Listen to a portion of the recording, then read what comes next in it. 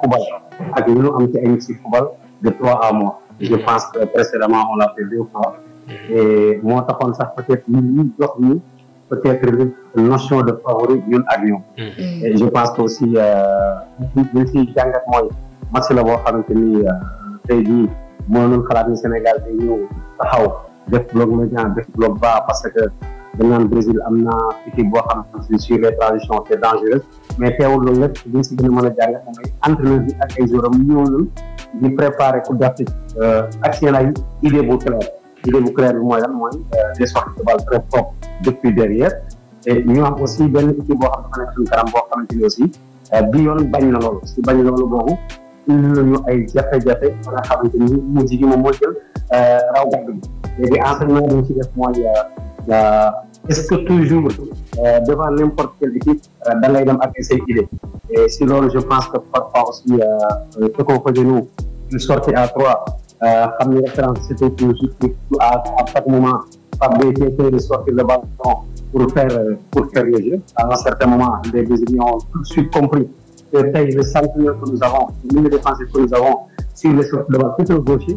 Et sachant qu'un gaucher, quand il reçoit le ballon, la plupart, il fait un contrôle intérieur qui va à droite. Donc, ce qu'il faisait, c'est de se mettre à droite. Et à ce moment, Pablo, bonne solution là, Moron Dialawat, Dalbi Edouard. Et il savait que si Pablo n'a pas la possibilité de tourner et de faire un changement d'orientation, la première option, ou l'option la plus sûre, mooy Diallo Baldé Edouard quand il donne bu doon Diallo Baldé Edouard ñoo ngi def précis si Edouard et Edouard aussi en restant sur les principes yi nga xam ne ci moom la entraîneur bi lii yëpp doon ko wax pour mu prolonger doon jéem a football avec toujours dans ce système de sortie de balle soit en triangle ou en trapèze xool latéral wala mu xool benn milieu de terrain mais loolu aussi gis nañ ni amuñu si woon ñun ay solution léegi nag parfois si situation dana noonu da ngay poser question nga ni est-ce que peut-être les Africains wala équipe yi nga xamante ni ñoom la ñuy xaar si Coupe bi est-ce que ñoom dañu jéem a xool li nga xamante ni moom ñu Brésil fii lay jafe-jafe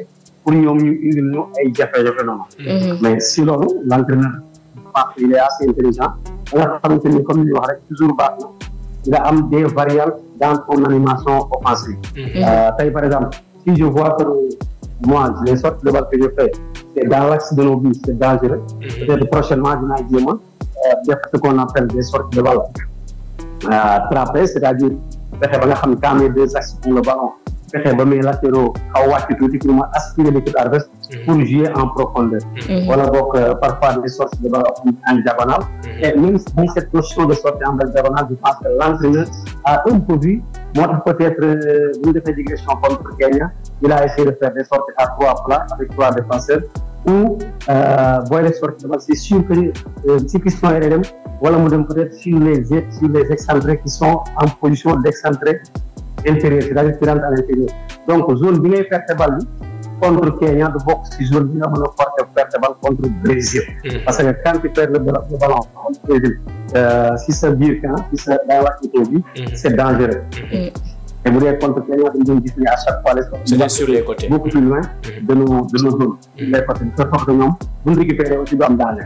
Mais les gens qui disent parfois, les gens qui disaient que notre latéral droit, il faut le dire sur le plan offensif. Mais c'est-à-dire, même si l'entraîneur ne dit pas ça, il sait que devant toi, Vinicius, il est très rapide et sur les transitions. Et c'est un joueur qui aussi, il a le ballon dans une situation comme l'Espagnol doit en carré, c'est-à-dire mieux ce ballon, il est dans comme meilleur balle, il est déjà quoi. Et normalement, peut-être aussi sur le plan droit, on n'a pas vu une équipe très dynamique sur le plan offensif. Mais quel que soit qu'on puisse dire, on est permettre à l'entraîneur de savoir que l'immu football est baax na bonul mais il faut avoir ay variantes ba nga xamante ni benn équipe la si biir bu ñu imposer loolu ñu mën si génne je pense même si benn déclaration wax na ko nee na booy dem ci d'Afrique mënoo yóbbu rek benn système mais doyul sax ci question benn système mais mën nga am benn système nag ak ay variantes yu bëri lay des ci sa idéologie. Pour conclure si côté boobu d'après l'analyse que je fais moi je pense que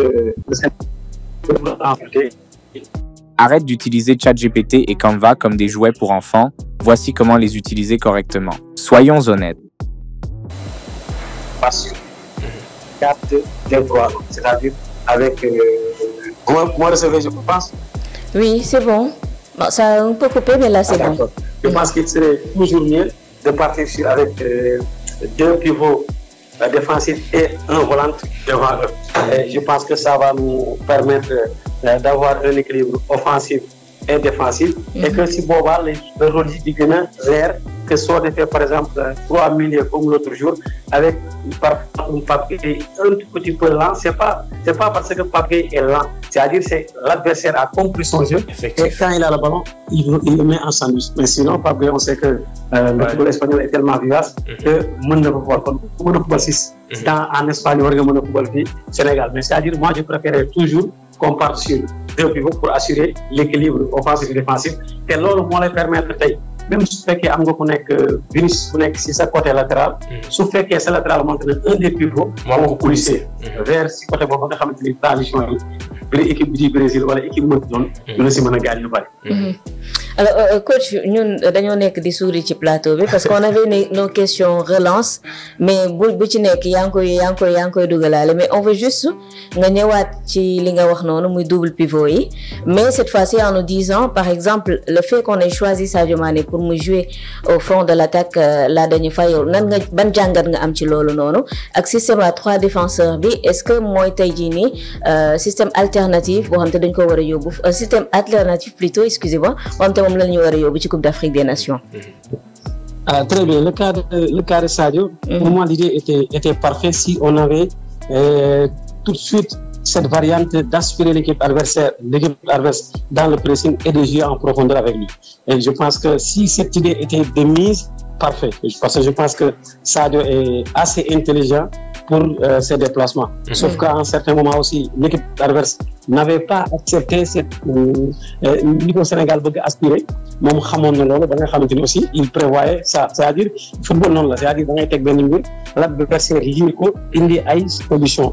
Mais je pense que aussi Sénégal tey ñëpp xam na ni d'après c'est pas la première fois que Sadio est dans cette position, même en Europe dans certaines équipes il était dans cette position. Mais aujourd'hui force est de reconnaître que il nous faut dans un système où il y a 2 pivots, où le pivot va basculer pour permettre aux latéraux de monter, il nous faut en plus de cela un avant-centre de pointe. Je pense que en Afrique nous ne sommes pas encore arrivés où mettre un 10 ou bien un excentré comme avant-centre. Je pense que si on n'en a pas, on peut mettre Sadio comme avant-centre. Mais étant donné qu'on a Nicolas Jackson, on a Habib Diallo et tous ces autres, je pense que l'idée de jouer avec Sadio comme avant-centre, je ne dirais pas qu'elle n'est pas pertinente, mais elle ne serait pas à jour. Et je pense que quand Nicolas est rentré, je pense qu'on a vu toute la différence dans ce sens, parce que au moins à ce moment-là, l'équipe arrivait à respirer, parce que de par sa corpulence et de par sa jeunesse, il arrivait à fixer l'équipe adverse.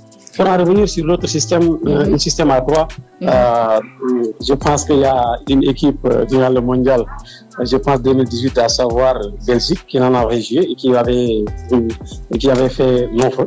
En Afrique, la plupart des équipes ne le jouent pas. La plupart, c'est pas du 3-4-3, mais c'est du 3-5-2. Mais moi, je préférerais que ça soit la notion que j'avais entendue au temps d'Aliou Cissé, cette notion hybride, c'est-à-dire jouer une défense à 4 et sur l'animation offensive faire des sorties à 3. Je m'explique. Par exemple, quand le gardien a le ballon, il donne un axe central, il avance, et quand la centrale est pressée, un des pivots se rétrograde derrière en formant une ligne de 3, et à partir de là, tu as les 2 latéraux qui se transforment en piston, les 2 intérieurs qui rentrent à l'intérieur et votre avant-centre. Et à partir de là, tu joues. Et dans ce genre de système, on a vu, quand on a essayé de jouer dans ce système, c'est un système qui permet à tes pivots d'arriver depuis la ligne de derrière et de marquer des buts. Je pense que sur certains matchs, on a vu Gana Gueye le fait, on a vu aussi Pathé 6 depuis derrière, parce que Pathé 6 aussi, parce que c'est un système qui permet des joueurs derrière d'arriver. Je ne sais pas si Pathé 6 hier, c'est un joueur qui n'avait pas beaucoup de minutes, mais hier aussi, je pense que sur ces 2 matchs, je pense que si quelqu'un a gagné beaucoup de considération dans le jeu, c'est lui. Il faut honnêtement dire ça. Mais il faut aussi, il y a des, je sais pas, circonstances atténuantes dans un milieu du Sénégal où tu manques 2 jeunes très bons, à savoir Lamine Camara et Habib Diarra aussi. Je pense qu'il y avait des circonstances atténuantes contre Brésil. Contre Kenya, je dis, même si l'adversaire, les gens entre guillemets disent que c'est faible, je pense qu'il y a des considérations à prendre, il y a du sérieux, il y avait du sérieux. Parce que notre équipe aurait dû dire qu'à la 15e minute, on mène 4-0, donc on respecte plus les consignes, on ne fait pas ce qu'on devrait faire. Et je pense qu'on a trouvé aussi, dans ce sens, une équipe sénégalaise très, très, très professionnelle. Et je pense que chapeau bas vraiment à l'entraîneur. C'est bon, Jean? waaw mais xanaa Nafi bu soxorul daf may jël léegi indi ma beneen ma nekk sa adjoint bu soxorul. non fii nag fii amul suppu kànja amul ceebu jënd li waxul de. Badou.